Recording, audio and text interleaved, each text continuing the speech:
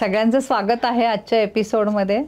आजच्या एपिसोडमध्ये आपण खगोलशास्त्राविषयी जाणून घेणार आहे आणि त्यासाठी आपल्या इथे आले आहेत लीना दामले. खगोलशास्त्रावरती त्यांची खूप लेख प्रसिद्ध झाले आहेत आत्तापर्यंत. बिंग वुमनमध्ये सुद्धा त्यांनी खगोलशास्त्रावरती एक मालिका लिहिली होती, म्हणजे एक सिरीज लिहिली होती आणि त्याच्यामधून त्यांनी सोप्या भाषेत खगोलशास्त्राबद्दल खूप माहिती दिली होती. तर स्वागत आहे तुमचं लीनाताई. आणि पहिल्यांदा मला तुमचं अभिनंदन करायचंय. तुमचं पुस्तक आता जे प्रसिद्ध झालंय प्राचीन भारतीय खगोल विज्ञान, आणि मी आताच्या पुस्तक प्रदर्शनामध्ये तुमचं पुस्तक बघितलं, तुमचा फोटो बघितले, तर पुन्हा एकदा अभिनंदन. धन्यवाद धन्यवाद. मला आता पहिला प्रश्न म्हणजे आम्हाला खूप उत्सुकता आहे सगळ्यांना की या खगोलशास्त्र तसं म्हटलं तर थोडंसं किचकट आहे, पण तुम्हाला ह्याची कशी तुम्ही त्या खगोलशास्त्राच्या विषयात हे केली, एंट्री केली? म्हणजे हां, तुम्ही म्हणताय ते बरोबर आहे की थोडासा किचकट विषय आहे, नाही असं नाही, पण एकदा तुम्ही त्याच्यामध्ये शिरलात ना की मग तुम्ही अक्षरशः म्हणजे त्याच्यात बुडून जाल. तुम्ही इतक्या त्या विषयाच्या प्रेमात पडता ना की मग तुम्ही बाहेरच पडू शकत नाही. ॲक्च्युली माझी सुरुवात तर अशी झाली की आमच्या नशिबाने लहानपणी, म्हणजे जेव्हा मी लहान होते त्यावेळेला आकाश बऱ्यापैकी क्लिअर होतं आणि गच्चीवर वगैरे झोपायची सोय होती, त्यामुळे रात्रभर आम्हाला आकाश बघायला मिळायचं. आणि रोजच्या निरीक्षणातनंच खरं तर मी सगळे तारे, ग्रह, तारे, त्यांचे वेगवेगळे आकार, म्हणजे वेगवेगळी जी कॉन्स्टलेशन्स आहेत त्यांची ओळख करून घेतली. मीच ओळख करून घेतली.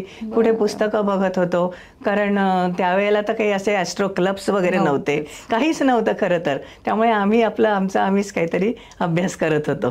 तुम्ही इतके नशीबवान आहे की तुम्हाला क्लिअर स्काय मिळायचं. आता या पोल्युशनमुळे, धुकं असल्यामुळे खरं तर नाही दिसत. पोल्युशनमुळे तर इतके खराब झाले आहे की आता तुम्ही पुण्यात बघाल तर इतकी वाईट अवस्था आहे की जेमतेम जे काही ब्राईट तारे जे आहेत तेवढेच फक्त तुम्हाला दिसतात, कॉन्स्टलेशन सुद्धा दिसत नाहीत.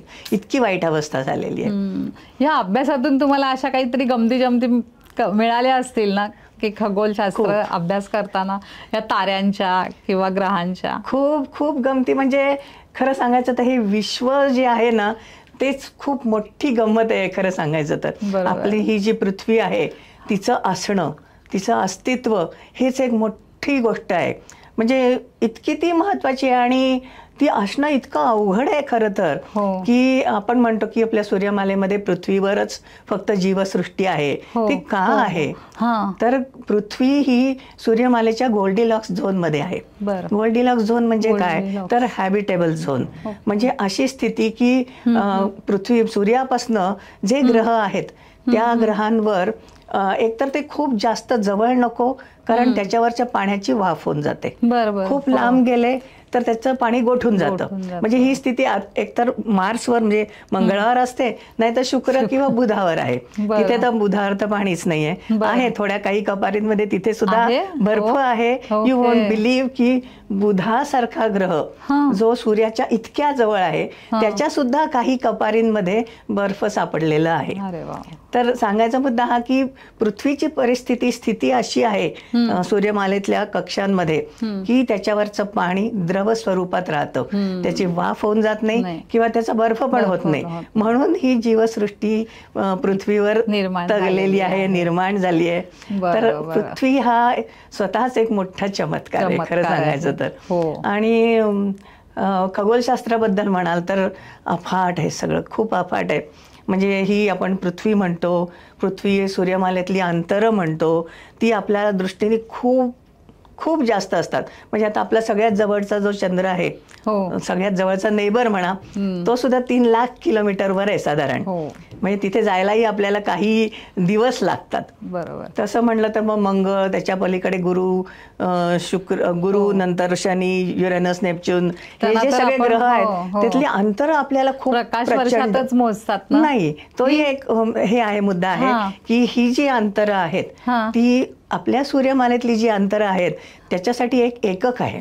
एकक म्हणजे आपण जे युनिट म्हणतो, म्हणजे पृथ्वी आणि सूर्य ह्यांच्यामधलं जे अंतर आहे त्याला म्हणजे सरासरी अंतर, कधी कमी होतं कधी जास्त होतं, तर ते जे सरासरी अंतर आहे त्याला ज्योतिषकीय एकक किंवा ॲस्ट्रॉनॉमिकल युनिट असं म्हणतात, ज्याला AU, कॅपिटल AU असं आपण म्हणतो, ॲस्ट्रॉनॉमिकल युनिट. एक ॲस्ट्रॉनॉमिकल युनिट म्हणजे सूर्य पृथ्वीतलं अंतर. बरोबर. आणि त्या हिशोबाने 30 ॲस्ट्रॉनॉमिकल युनिटवर प्लुटोच्या म्हणजे आपली फ्रॉन्टियर जाते सूर्यमालेची. आणि हे अंतर सगळ्या ब्रह्मांडाच्या दृष्टीने अत्यंत नगण्य आहे. 30 ॲस्ट्रॉनॉमिकल युनिट म्हणजे एक ॲस्ट्रॉनॉमिकल म्हणजे युनिट म्हणजे 15 कोटी किलोमीटर आहे. आणि हे अंतर नगण्य आहे, म्हणजे बाहेरची अंतरं काय असतील याची तुम्ही कल्पनाच करू शकत नाही. आता सूर्यमालेत ॲस्ट्रॉनॉमिकल युनिट हे अंतर आपण वापरतो, हे युनिट वापरतो, पण ते सूर्यमालेबाहेर नाही चालत. म्हणजे आपण जर मिलीमीटर अंतराने जर 2 शहरातली अंतर मोजत बसलो तर कसं होईल? तसं होतं ते की तुम्ही ॲस्ट्रॉनॉमिकल युनिट सूर्यमालेच्या बाहेर नाही वापरू शकत. मग त्यासाठी काय वापरायचं? तर मग प्रकाश वर्ष. आणि प्रकाश वर्षाची आता सगळ्यांना बहुतेक करून सगळ्यांना माहिती असते की प्रकाशाच्या वेगाने एका वर्षात कापलेलं जेवढं अंतर आहे ते 1 प्रकाश वर्ष.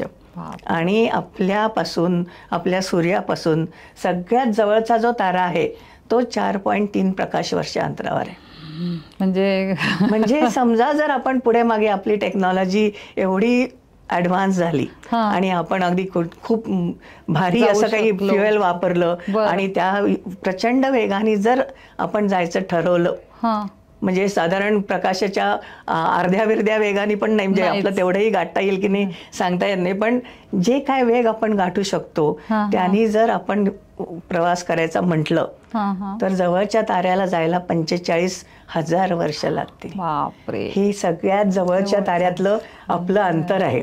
त्यामुळे आपल्या या ब्रह्मांडामध्ये काय अंतर असतील आणि काय तुम्ही कसं काय मोजणार हे सगळं खूप नवलाची, म्हणजे काय एकापेक्षा एक नवलच आहे सगळं. आणि हा सर्वात जवळचा तारा आहे. असे अब्जावधी तारे आपल्या मिल्की वे मध्ये आहेत.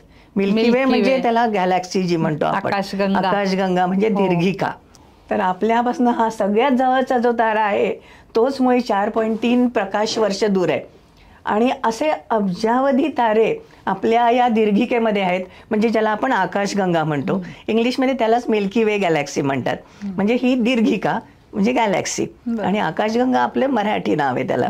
तर अशा आपल्या या आकाशगंगेमध्ये अब्जावधी तारे आहेत. तर ह्याची कल्पना करा की अब्जावधी तारे म्हणजे काय ते विश्व असेल. आणि ह्याच्यावर हे थांबत नाही, तर अशी जी दीर्घिका आहे अशा अब्जावधी दीर्घिका आहेत.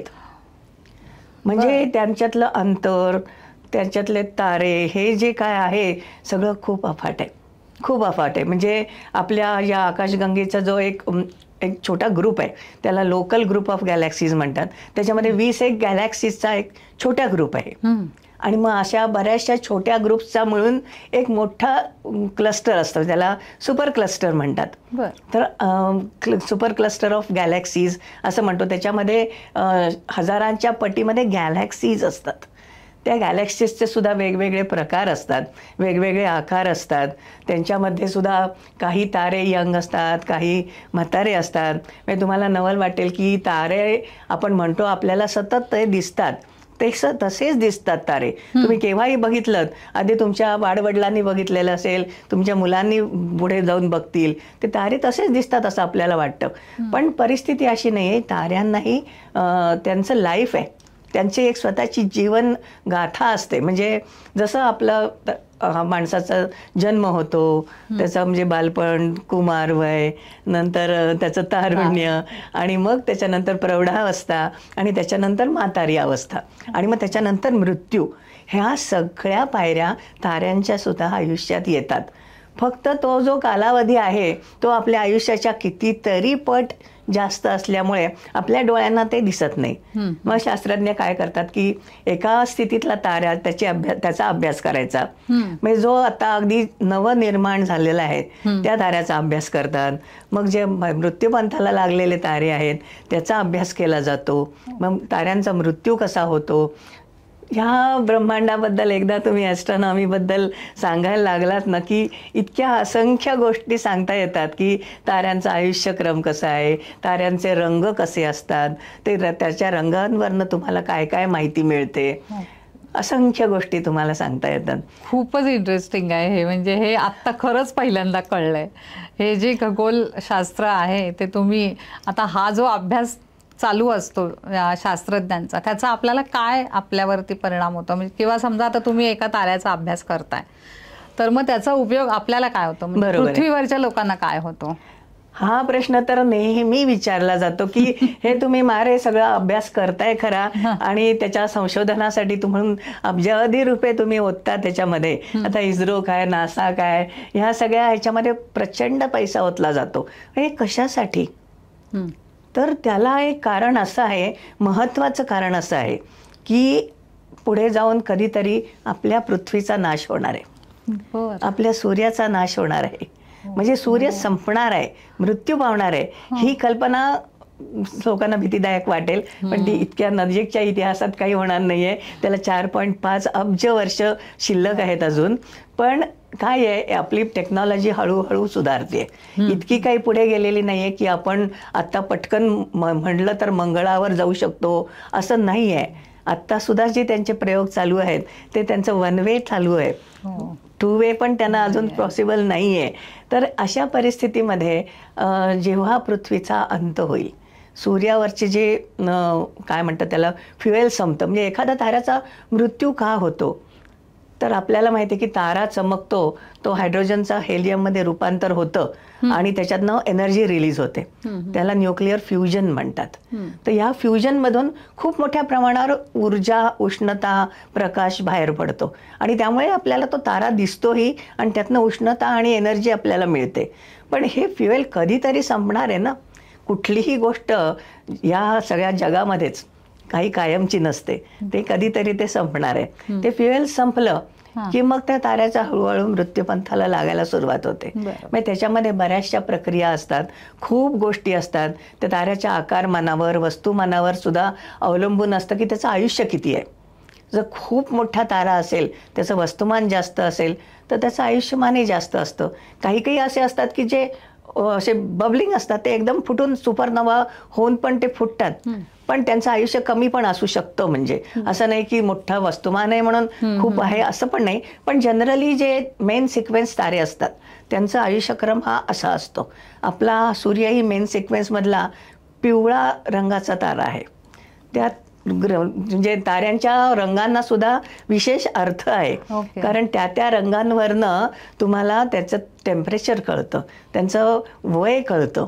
म्हणजे आता समजा तुम्हाला आपला सूर्य तारा आहे, सूर्य हाही ताराच आहे, तर तो तारुण्यावस्थेत आहे सध्या.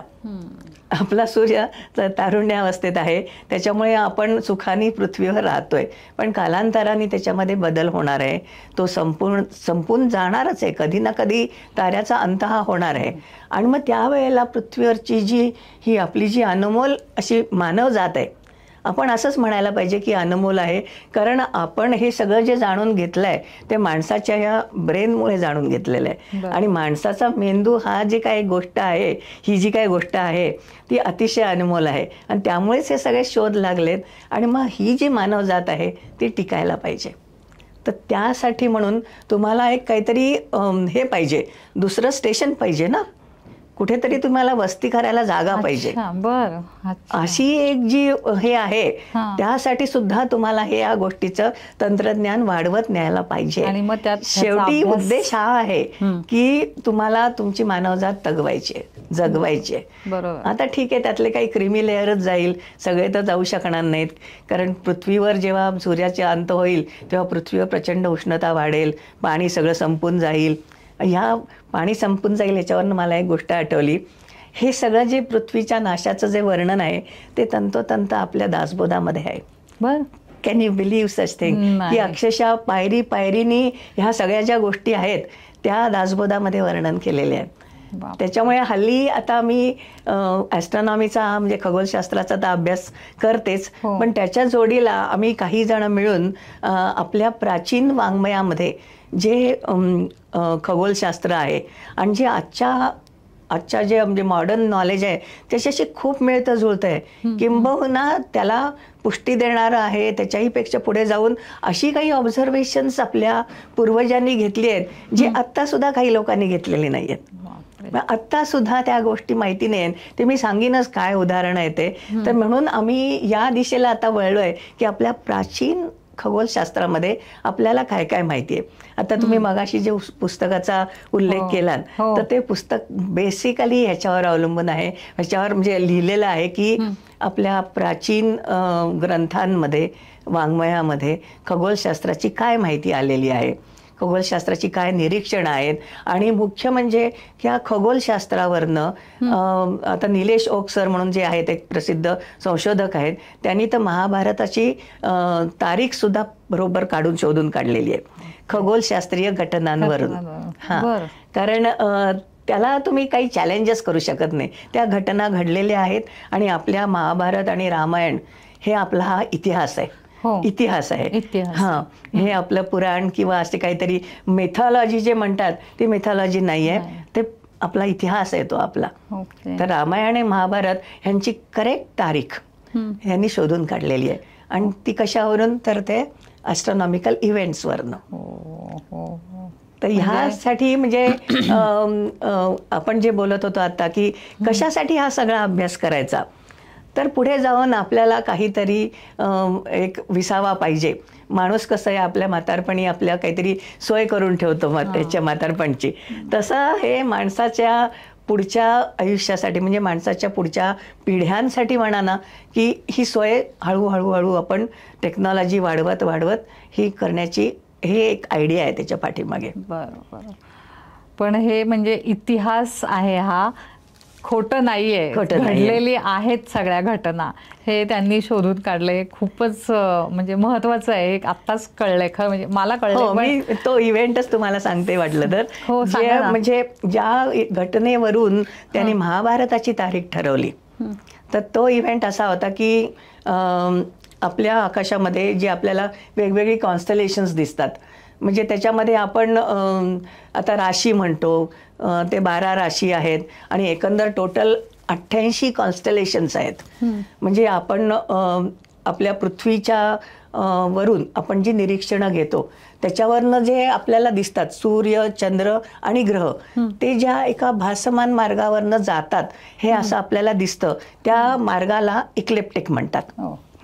तर त्या इक्लिप्टिकवरची जी काही हे आहेत ते आपल्याला राशी म्हणतो, ते कॉन्स्टलेशन्स म्हणतो. आणि आसपास सुद्धा त्याच्या वेगवेगळे कॉन्स्टलेशन्स आहेत.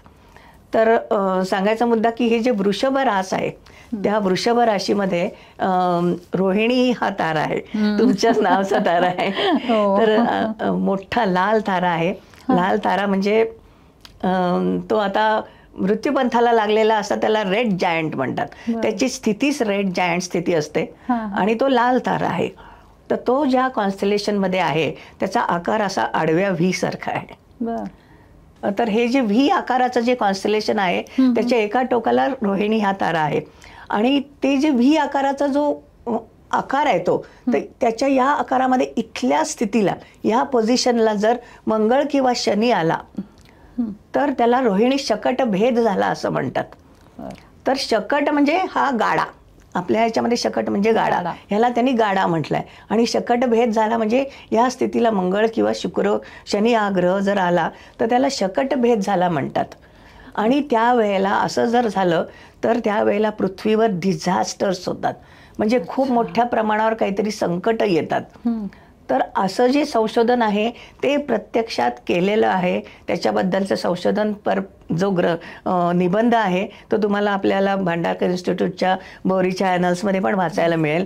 तर हे प्रत्यक्ष घडलेलं आहे. आणि मी जे म्हटलं की कित्येक गोष्टी ज्या अशा आहेत की ज्या पाश्चात्य शास्त्रज्ञांनी कधी कल्पनाच केलेली नव्हती, तर हे जे रोहिणी शकट भेद जो आहे हा त्यांना कधी माहितीच नाही आहे. म्हणजे आपण म्हणतो की मंगळाने भेद केला असेल, शनीने भेद केला असेल. काही शास्त्रज्ञांचं म्हणणं आहे की शनीने भेदच केलेला नाही आहे, काहींचं म्हणणं आहे की मंगळाने भेद केलेलं नाही आहे. पण आपल्या काही पुढच्या शास्त्रज्ञांनी असा शोध लावलेला आहे की दोन्हींनी त्यांचा भेद केलेला आहे आणि हे इव्हेंट्स आलेले आहेत. पण गंमत अशी आहे की पाश्चात्य शास्त्रज्ञांना ना शकट माहिती आहे, ना त्याचा रोहिणी शकट भेद झालेला आहे हेही माहिती नाही आहे. कारण ही जी ऑब्झर्वेशन्स आहेत ती आपल्या प्राचीन ग्रंथांमध्ये आहेत.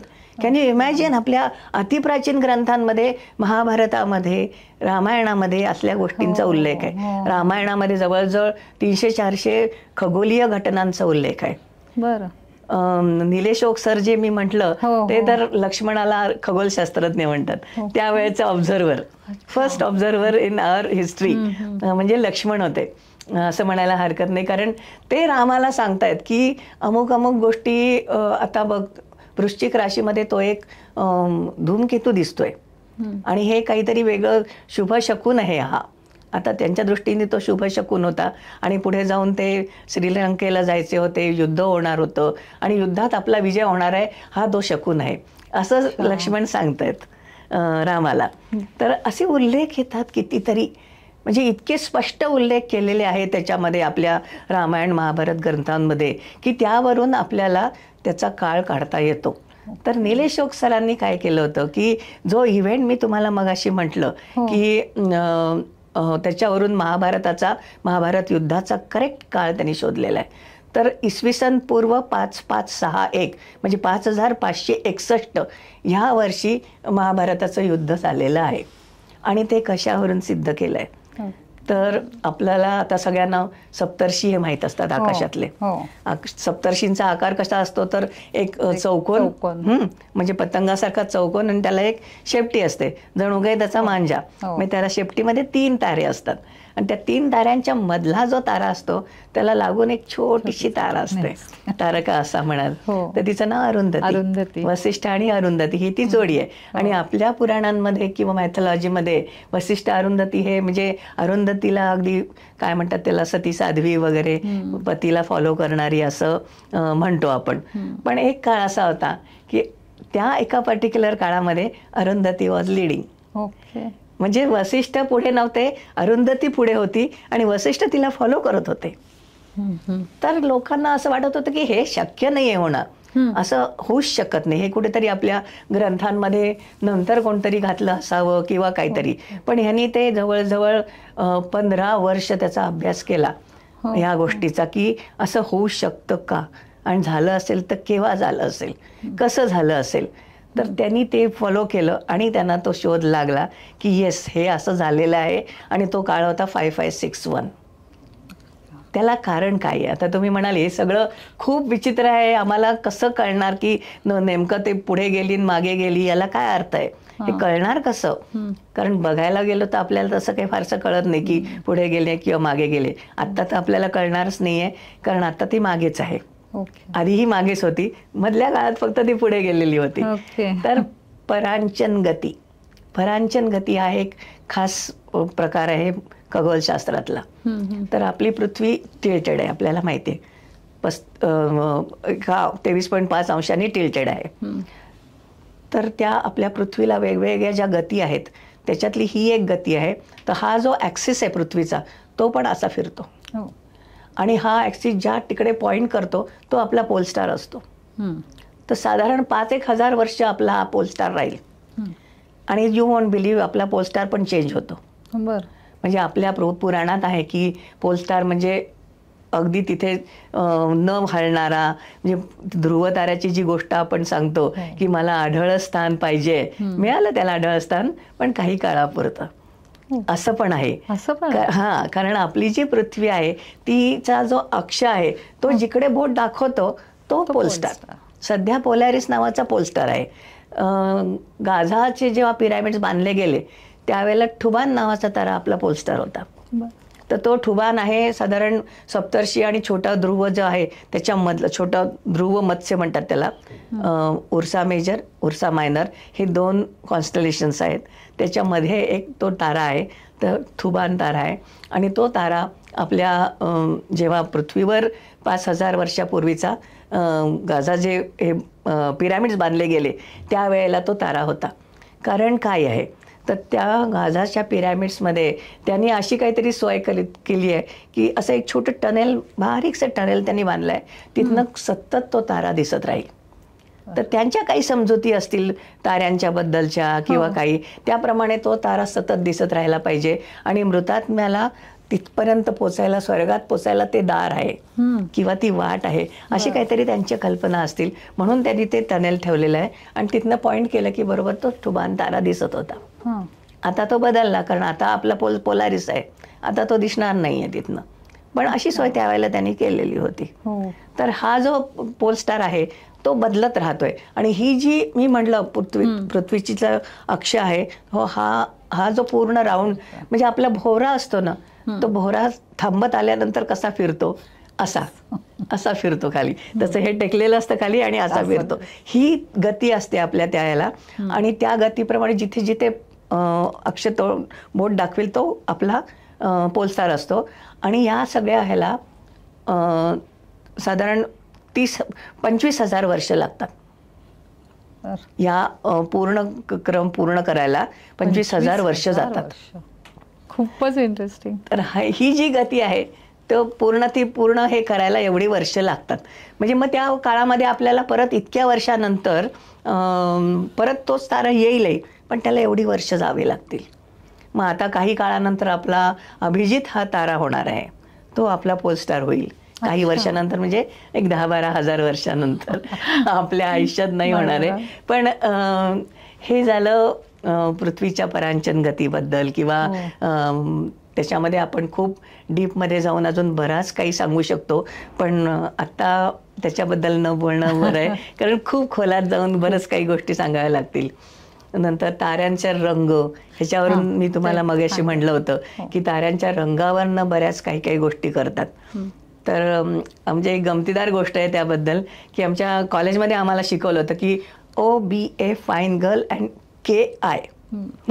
तर हे असं काय लक्षात राहणार आहे, हे तुम्हाला कळणार नाही आहे. तर ती जी ताऱ्यांचे जे रंग असतात त्याच्यावरनं त्यांचे स्पेक्ट्रल क्लासेस पाडलेले आहेत. तर त्याला त्यांनी ते OBG असं सगळे वेगवेगळी नावं दिलेत. हे आपल्या लक्षात राहणार नाही. आता तुम्ही बघितलं, मलाही पटकन सांगता नाही आलं ते काय आहे ते.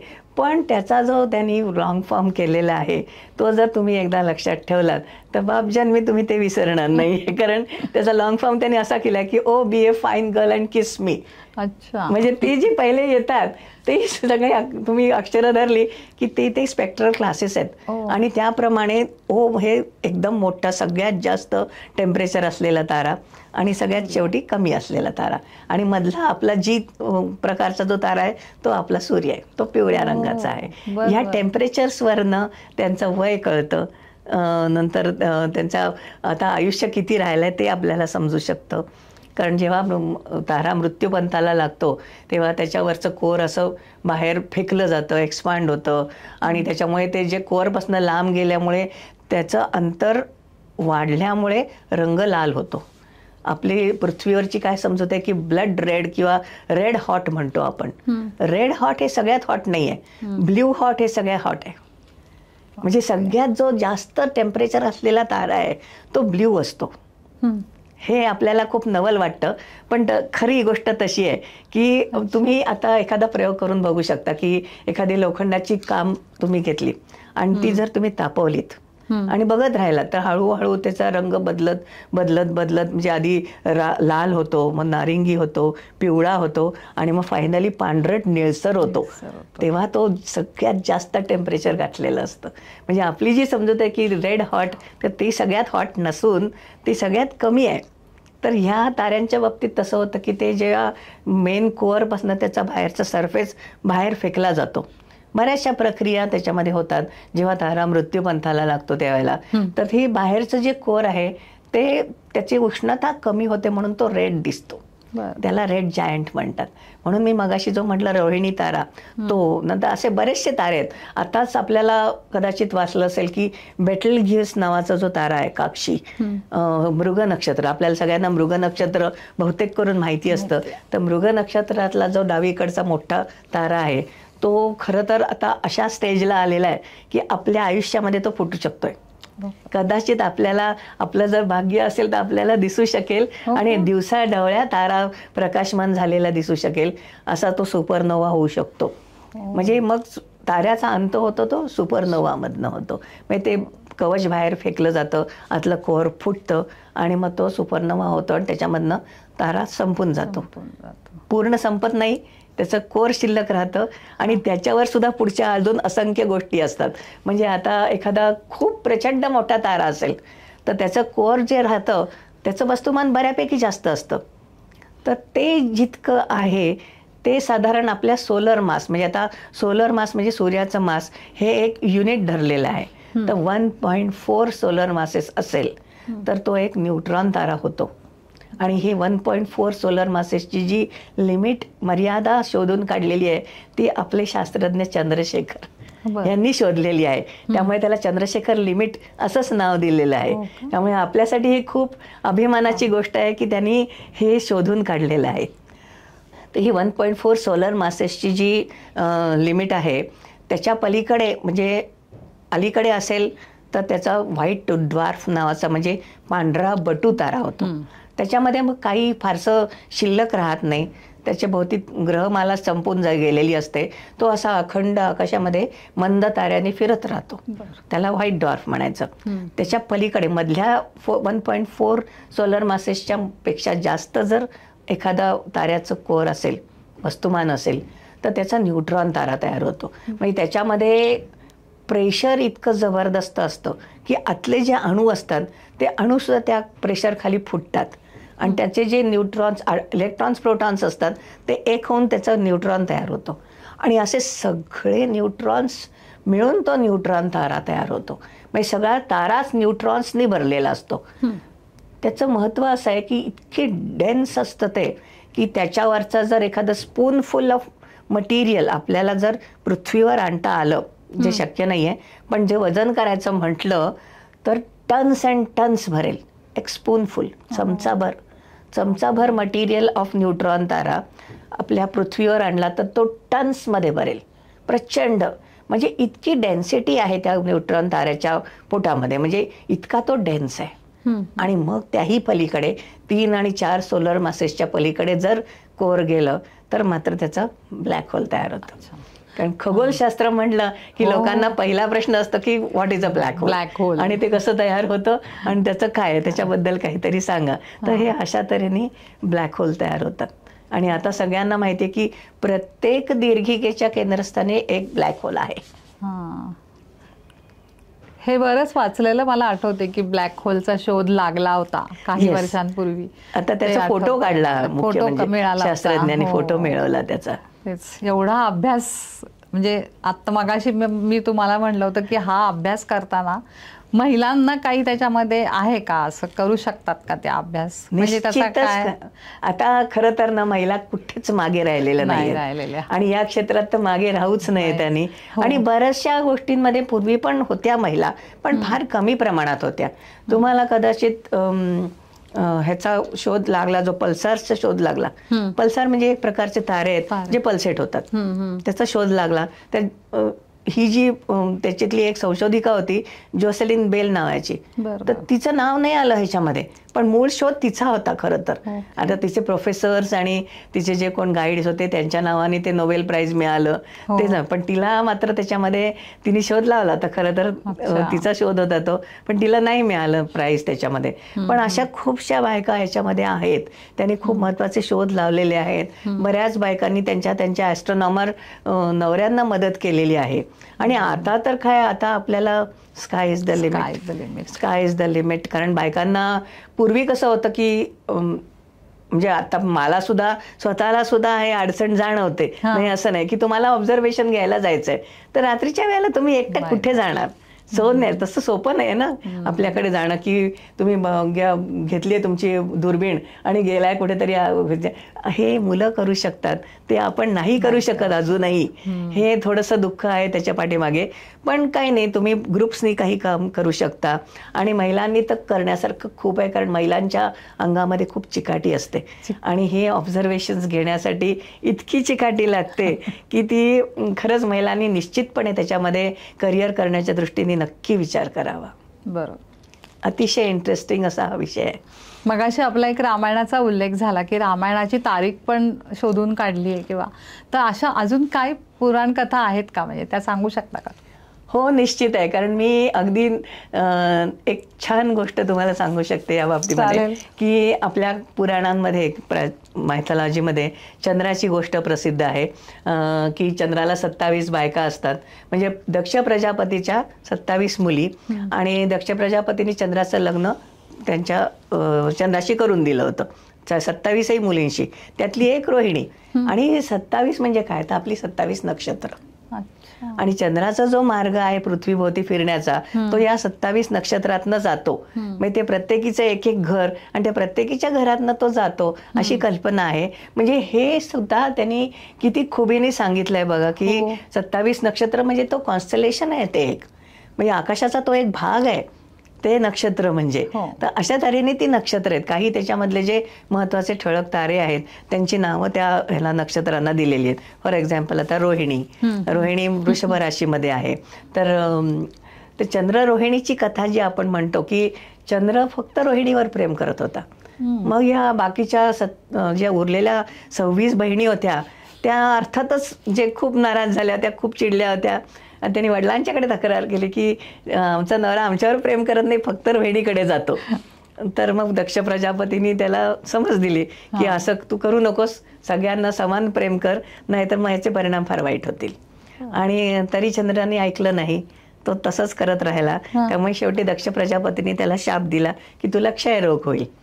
तर ही जी गोष्ट आली आहे ती कृष्ण यजुर्वेदाच्या तैत्तिरीय संहितेमध्ये आलेली आहे, आणि शिवाय स्कंद पुराणात सुद्धा आलेली आहे. स्कंद पुराणातला थोडीशी वर्जन वेगळी आहे, ह्याच्यातली वर्जन थोडी वेगळी आहे. की ह्याच्यामध्ये म्हटलंय की दक्ष प्रजापतीने त्याला शाप दिला, पण मग झालं असं की चंद्र घाबरला आणि त्यांनी महादेवाची प्रार्थना केली, तप केलं, महादेवाला प्रसन्न करून घेतलं, आणि मग महादेवाने त्याला उशाप दिला. आणि मग तो जो क्षीण होत चालला होता क्षयरोगाने, तो मग त्याचा परत वर्धिष्णू व्हायला लागला. म्हणजे एका वेळ अशी येते की अमावस्येला तो दिसेनासा होतो, मग परत हळूहळू कोर वाढत जाते, फेजेस वाढत जातात, आणि पौर्णिमेला परत आपल्याला पूर्ण चंद्र दिसतो. तर मग अशा तऱ्हेने त्याला उशाप मिळाला. तर स्कंद पुराणामध्ये तीच वर्जन अशी सांगितली जाते की चंद्र क्षीण होत गेला आणि संपला, अमावस्या आली आणि तसा तो संपलाच. म्हणजे पुन्हा येईना, कारण क्षयरोग झाल्यावर संपलंच ना. परत महादेवाचा त्याला त्याच्यामध्ये तो उल्लेख नाहीये.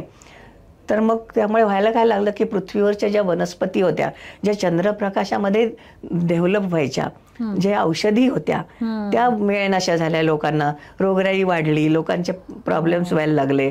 म्हणून मग ऋषीमुनींनी, देवांनी प्रार्थना केली दक्ष प्रजापतीला की तू काही कर आणि त्याला उशाप दे, की चंद्राला परत येऊ दे म्हणून. मग त्यांनी परत उशाप दिला, आणि मग तो परत क्षीण होत होत अमावस्येपर्यंत जातो, आणि परत वाढत वाढत पौर्णिमेला पूर्ण होतो. आता ही सगळी गोष्ट ह्याची झाली. पण सांगायचा मुद्दा असा की हे सगळं कशामुळे झालं, तर चंद्र फक्त रोहिणीकडे लक्ष देतो म्हणून. तर ह्या चंद्र रोहिणीच्या जे प्रेमाची गोष्ट आहे त्याच्या पाठीमागे एक दणदणीत शास्त्रीय रहस्य आहे. तर ते कसं आहे, तर चंद्र आणि इक्लिप्टिक, मगाशी मी जे सांगितलं इक्लिप्टिक, त्या दोन ज्या कक्षा आहे, चंद्राची कक्षा आणि इक्लिप्टिक, ह्याच्यामध्ये एक छोटासा एक कोन आहे, 5 अंशाचा एक कोन आहे.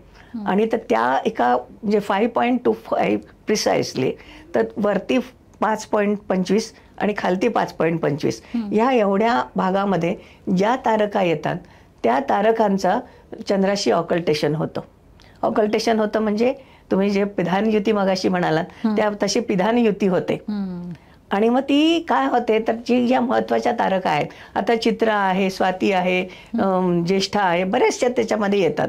पण रोहिणी त्यातल्या त्यात सगळ्यात जास्त ठळक आणि ती जास्त जवळ आहे. आत्ताच्या संशोधनाप्रमाणे 4 अंश ते 6 अंश याच्यामध्ये 5 अंशावर बरोबर रोहिणी आहे. त्याच्यामुळे चंद्राची ऑकल्टेशन्स तिच्याबरोबर सगळ्यात जास्त होतात. म्हणजे आता तुम्ही बघा की आपल्या प्राचीनांनी ह्या किती बारीक निरीक्षण केलं असेल. पिधान युती होतीये ती फक्त रोहिणीशीच जास्त होतीये, म्हणून त्यांनी हे कथेच्या रूपाने गुंफलं आणि लोकांच्या समोर ठेवलं. ते आजतागायत लोकांच्या लक्षात आहे. त्याच्या पाठीमागचं रहस्य गळून पडलं, शास्त्रीय रहस्य गळून पडलं. पण अजूनही आपल्याला हे माहिती आहे की चंद्र रोहिणी ही काहीतरी प्रेमकथा आहे, आणि चंद्र रोहिणी नेहमी बरोबर असतात. तर त्याच्या पाठीमागे हे कारण आहे. ही गोष्ट ऐकल्यानंतर मलाही खूप असं थरारून गेल्यासारखं वाटलं की किती आपल्या प्राचीनांनी बारीक निरीक्षण केलेलं होतं, किती त्यांना माहिती होतं. ही अशी चंद्ररोहिणीची कथा आहे. म्हणजे हे ऐकून असं वाटतं की हे खगोलशास्त्र इतकं मोठं आहे आणि त्याच्यात पुराणातल्या कथा आणि हे सगळं आहे.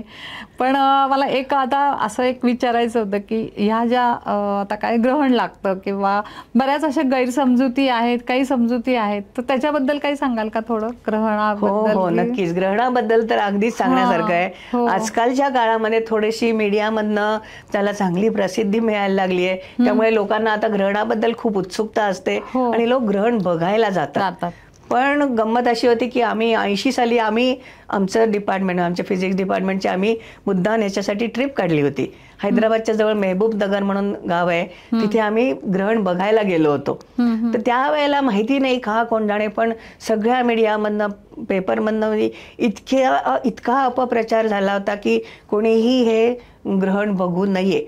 आता काय कारण दिलं होतं मला तर काही आता आठवत नाही आहे, पण इतका त्याचा प्रभाव पडला की आम्ही ज्या गावामध्ये गेलो होतो तिथे लोक दारं खिडक्या गच्च बंद करून बसले होते. म्हणजे आम्ही ऑल द वे उठून तिथे ग्रहण बघायला गेलो होतो आणि ही माणसं मात्र दारं खिडक्या बंद करून बसली होती. आम्हाला त्या दिवशी खायला सुद्धा मिळालं नाही, इतकी परिस्थिती वाईट. म्हणजे रेल्वे स्टेशनवरची स्टॉल्स बंद, रेल्वे स्टेशन चिडीचूप, काही नाही, अक्षरशः चिडीचूप होतं. म्हणजे कुठेही गावामध्ये कोणी हालचाल नाही, काही नाही. सगळी माणसं जणू काही काहीतरी संकट आलंय अशी आत बसली होती. सूर्यग्रहण होतं, सूर्यग्रहणाच्या वेळेला पूर्ण खग्रास सूर्यग्रहण होतं आणि ह्याच्यासारखा सुंदर देखावा कुठे नाही.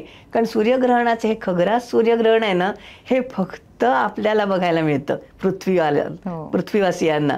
कारण ते जे अंतर आहे ते म्हणजे परमेश्वराची कमाल आहे खरंच. म्हणजे चंद्राचा व्यास आणि सूर्याचा त्या अंतरावरचा व्यास परफेक्ट जुळतो म्हणून आपल्याला खग्रास बघायला मिळतं. आता हे परफेक्ट जुळणं किती कमाल आहे ना. बघा, चंद्र केवढूसा, तो सूर्य केवढा आणि त्याचा बरोबर ती तबकडी बरोबर त्याच्यावर फिट होते. जणू काही अगदी एका सेम ताटली आहे, 2 ताटल्या एकमेकांवर बसल्या आहेत आणि आपल्याला सूर्यग्रहण दिसतंय असं ते ग्रहण आपल्याला दिसतं. हे किती अद्भुत नजारा आहे, किती अद्भुत प्रक्रिया आहे ही सगळी. पण हे लोकांना बघायला, असं जर तुम्ही अपप्रचार केला तर लोक बघणार नाही आहेत. तर ते असं होऊ नये. आता मात्र तशी परिस्थिती नाही राहिलेली. आता खूप लोकांना जागृती आलेली आहे. मीडियामधनं सुद्धा खूप त्याला प्रसिद्धी दिली जाते. त्यामुळे लोक आता उत्साहाने बाहेर पडतात, आपल्या मुलांना घेऊन येतात. आता आम्ही काही पब्लिक इव्हेंट्स करतो, टेलिस्कोप्स लावतो, तर तिथे लोक अगदी उत्साहाने बघायला येतात. तर शनीची कडी, गुरुचे चंद्र असे सगळे बघायला येतात. काही पिधान युती असतात तर ते बघायला पण आम्ही इव्हेंट्स करतो, तर तेव्हा सुद्धा लोक येतात. पण आता म्हणजे आता बऱ्यापैकी जागृती आलेली आहे आणि हे जे पूर्वीचं होतं ग्रहण म्हणजे काहीतरी अशुभ आहे हे मिटलंय. पूर्वी होतं मात्र, म्हणजे आम्ही स्वतःच ते अनुभवलेलं आहे म्हणून सांगितलं की ही ज्या गैरसमजुती होत्या त्या काळामध्ये त्या आता नाही आहेत. म्हणजे आता खूपच त्या मनाने जागृती आलेली आहे. आज तुम्ही इतकी खगोलशास्त्राची माहिती सांगितली आहे, तर ही सगळी तुम्ही पुस्तकांमध्ये सुद्धा असणार आहे तुमच्या. आहेत म्हणजे मला तरी असं वाटतं की आता पहिलं ते पुस्तक घेऊन वाचायला पाहिजे की काय आहे. तर तुमची पहिलं 4 पुस्तकं आहेत ना? हो, 4 पुस्तकं आहेत खगोलशास्त्रावरची. आणि खगोलशास्त्राशीच रिलेटेड अशी 2 ट्रान्सलेटेड पुस्तकं आहेत. फिजिक्स ऑफ द इम्पॉसिबल म्हणून मिचिओ काकू म्हणून जे शास्त्रज्ञ आहेत त्यांचं आहे ते पुस्तक. त्याचं मी ट्रान्सलेशन केलेलं आहे, अशक्य भौतिकी या नावाने.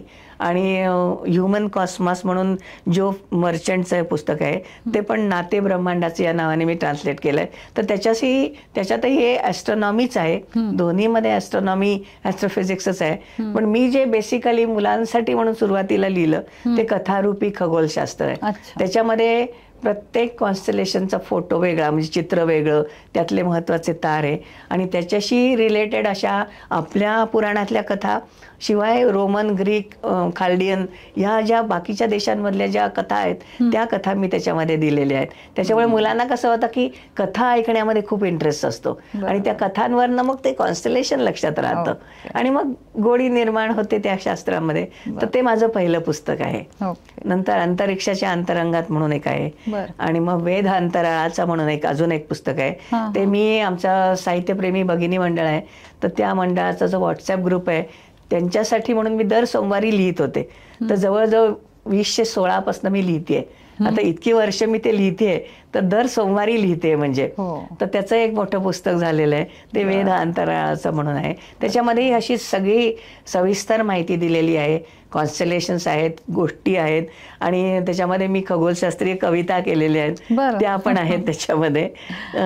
तर आत्ताचं हे नवीन आत्ता जे तुम्ही आता प्रकाशित झालं आता रिसेंटली प्रकाशित झालेलं पुस्तक आहे ते आमच्या शोध निबंध म्हणता येतील अशा स्वरूपाचं आहे की निलेश सरांनी जे मी मगाशी जे सांगितलं की महाभारताचं त्यांनी तारीख डेटिंग केलेलं आहे, रामायणाचं डेटिंग केलेलं आहे, नंतर ह्याचं ऋग्वेदाचं डेटिंग आहे. मग त्यांनी एक सूत्रच सांगितलं की एक 7,000 वर्षापूर्वी महाभारत झालं समजा, इथून 7,000 म्हणजे इसवी सन पूर्व न म्हणता 7,000 वर्षापूर्वी महाभारत झालं, 14,000 वर्षापूर्वी रामायण झालं, 21,000 वर्षापूर्वी ऋग्वेदाचा काळ होता, वेदांचा काळ.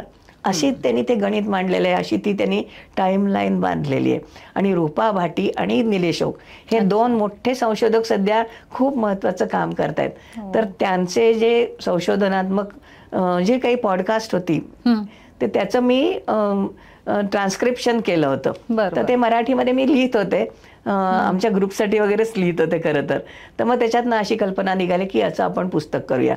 तर मी पण काही आता योग वासिष्ठातलं खगोल, ज्ञानेश्वरीतलं खगोलशास्त्र, दासबोधातलं खगोलशास्त्र या विषयावर मी पण लिहिलेले होते लेख.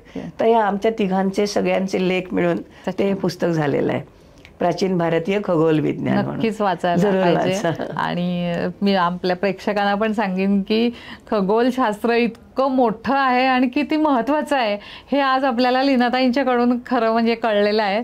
खूप धन्यवाद, तुम्ही आज इकडे आमच्या इथे आलात आणि एवढी माहिती सांगितलीत तर त्याबद्दल खूप खूप आभार. मलाही तुमचे खरं मनापासून आभार मानायचे की तुम्ही मला इथे येऊन बोलण्याची संधी दिली, त्याबद्दल तुमचे आणि तुमच्या सगळ्या टीमसाठी धन्यवाद. तुम्ही आमच्या बिंग वुमनच्या लेखिकाच आहात.